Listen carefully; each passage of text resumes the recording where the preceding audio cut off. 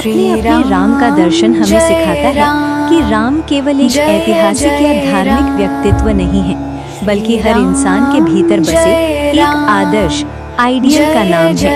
एक, मर्यादा और अनुशासन, डिसिप्लिन। राम को मर्यादा पुरुषोत्तम इसलिए कहा गया क्योंकि उन्होंने हर रिश्ते और हर पद की एक सीमा तय की।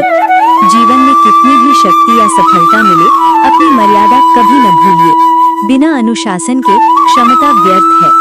2, विपत्ति में धैर्य, पेशेंस इन एडवर्सिटी। राज तिलक की रात को ही वनवास का निर्देश मिलना किसी भी साधारण मनुष्य को तोड़ सकता है, पर राम ने उसे सहर्ष स्वीकार किया। जीवन में शून्य पर आने का डर सबको लगता है, पर वहीं से शिखर की असली यात्रा शुरू होती है। परिस्थितियों को कोसने के बजाय उन्हें चुनौती की तरह देखें। 3, कर्म ही धर्म, ड्यूटी ओवर डिजायर। राम ने हमेशा अपनी निजी सुख से ऊपर अपने कर्तव्य, ड्यूटी को रखा, चाहे वो एक बेटे का फर्ज हो या एक राजा का। जब हम अपने स्वार्थ को छोड़कर दूसरों के हित और अपने कर्तव्य पर ध्यान देते हैं, तभी हम रामत्व, राम जैसा बनने की दिशा में बढ़ते हैं। 4, साधारण में असाधारण, पावर ऑफ सिंप्लिसिटी।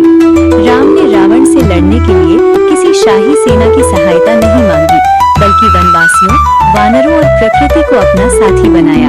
सफलता के लिए बड़े संसाधनों से ज्यादा जरूरी है सही संकल्प और संगठन। आप जो हैं और जहां हैं, वहीं से शुरुआत कर सकते हैं।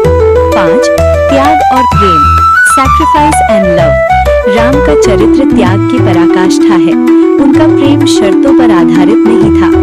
रिश्तों में प्रेम तभी गहरा होता है जब उसमें त्याग की भावना हो, अहंकार की नहीं। शून्य से शिखर, राम की यात्रा।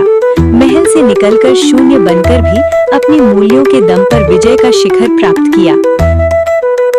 यहाँ दी गई जानकारी विभिन्न शास्त्रों, पुराणों, प्रामाणिक पुस्तकों, हिंदू दर्शन और लोक मान्यताओं पर आधारित है तथा सभी जानकारी सामान्य ज्ञान, शैक्षिक उद्देश्यों एवं सामान्य जागरूकता बढ़ाने के लिए है।